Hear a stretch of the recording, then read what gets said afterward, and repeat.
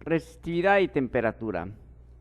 Cuando tenemos una corriente en un conductor, resulta que los electrones chocan con la estructura cristalina, es decir, chocan con los núcleos positivos de la estructura cristalina. Esto hace que estos núcleos positivos oscilen más. Al aumentar la temperatura, pues estos núcleos oscilan cada vez más.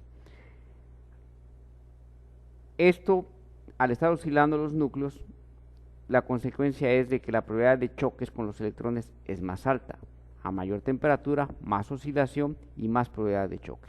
Por lo tanto, la resistividad del material aumenta. Acá tenemos la ecuación que nos da la dependencia de la resistividad con la temperatura. Es una función que depende de la temperatura. Es la resistividad original por 1 más alfa, que es el coeficiente de temperatura de la resistividad, por la diferencia de temperaturas, temperatura final menos temperatura inicial. Entonces esta ecuación nos da la dependencia de la resistividad con respecto a la temperatura. Esta es una gráfica de cómo cambia la resistividad de un metal con la temperatura. Vean cómo la resistividad va en aumento. Esta pendiente nos habla del coeficiente de resistividad. Va variando un poco al cambiar la temperatura.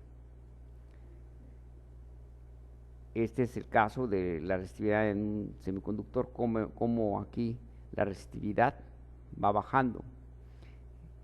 Baja la resistividad porque en los semiconductores, al aumentar la temperatura, los portadores de carga van aumentando. Hay más electrones libres o huecos, que son iones positivos, aumenta ya sea el número de electrones o el de huecos, y se aumenta con esto la conductividad, es decir, se reduce la resistividad. Hay tablas para poder consultar los coeficientes de resistividad para diversos materiales como aluminio, hierro, plata, tungsteno. Ahora, lo más rescatable de esta tabla tenemos el constantán, que tiene un coeficiente de resistividad muy pequeño, es decir, cambia poco con la temperatura. El constantán se usa para hacer termopares, con los cuales se mide la temperatura. El carbón tiene un coeficiente de resistividad negativo. Ya hemos visto que el carbono es considerado un semiconductor. Al aumentar la temperatura, aunque los núcleos vibran más, gana el hecho de que hay más portadores libres de carga, y por eso pues baja la resistividad. El plomo es el material que cambia más su resistividad con la temperatura. Su alfa es más alta.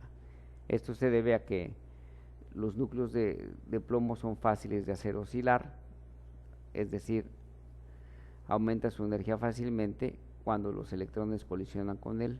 Al estar oscilando a mayor amplitud, pues aumenta la probabilidad de choque y por ende pues aumenta su resistividad.